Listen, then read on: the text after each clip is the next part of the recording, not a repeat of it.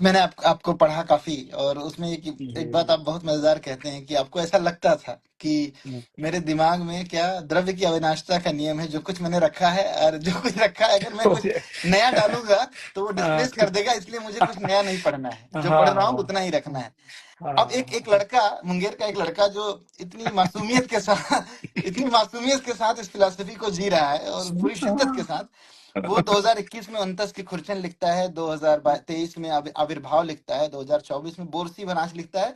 और ये वो है कि अंदर कितना बड़ा समंदर है कि जिससे आप लोटा भर पानी निकाल के किताब दुनिया को देते हैं।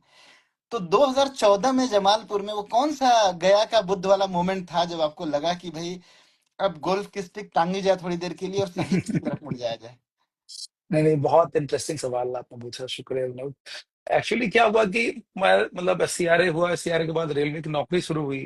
तो रेलवे की नौकरी में मैं बिल्कुल खो गया। मतलब सच पूछिए तो रेलवे इतना बड़ा विशाल सागर है ना, कि आपको लगता है कि एक नई दुनिया में प्रवेश कर गए हैं, जो अचंभित करती है, जो दिखता है कि कितना मास वॉल्यूम है जिसको आप कैरी कर रहे हैं।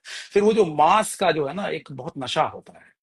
तो मास को संभालने का एक नशा होता है। वो मास संभालते संभालते आप खुद ही मास में प्रवेश पाते हैं। आपको लगता है कि मैं विशाल हूँ, और वो एक अहम की तरह आपके अंदर चला जाता है। भले उसके पीछे देशभक्ति है कि मैं कमिटमेंट है कि मैं 100% काम कर रहा हूँ। तो मैंने छुट्टी उट्टी नहीं ली। मैं 10 साल मतलब पागलों की तरह देश सेवा ही कह लीजिए उसको, अगर वो सेवा नाम वही दिया जाए तो मैं बिल्कुल काम करता रहा। काम करने के बाद जमालपुर वर्कशॉप में मैं डिप्टी चीफ मैकेनिकल इंजीनियर था। वहां पे नए प्रोजेक्ट से वैगन मैन्युफैक्चरिंग के, और इंडिया में पहली बार स्टेनलेस स्टील वैगन बनना था। वो चैलेंज था उस समय, 2006 की बात है। तो फिर वहां मैं पागलों की तरह काम किया वर्कशॉप में, जबकि मेरा घर वही रहा है, जमालपुर मुंगेर। मैं हम्म। अपने रिलेटिव से नहीं मिल पाता था, इतना व्यस्त रहता था। लोग मेरे से मिलने आते थे, मतलब हार्डली साल में 3 या 4 विजिट मुंगेर कर पाता था।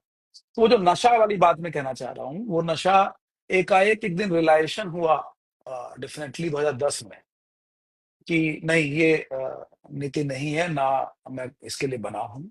और फिर 2014, 4 साल मुझे इसको तोड़ने में, अपने आप का जो एक झूठा सांचा के अंदर मैं प्रवेश कर चुका था, उसको तोड़ने में, खुद को रियलाइज करने में 4 साल लगे। फिर 2014 को जब रियलाइज हुआ तो फिर हम अ, दूसरे, मतलब मैं दूसरा रितेश हूँ, जिसका तो, जिसका मैं क्रेडिट भी इसमें करता हूँ।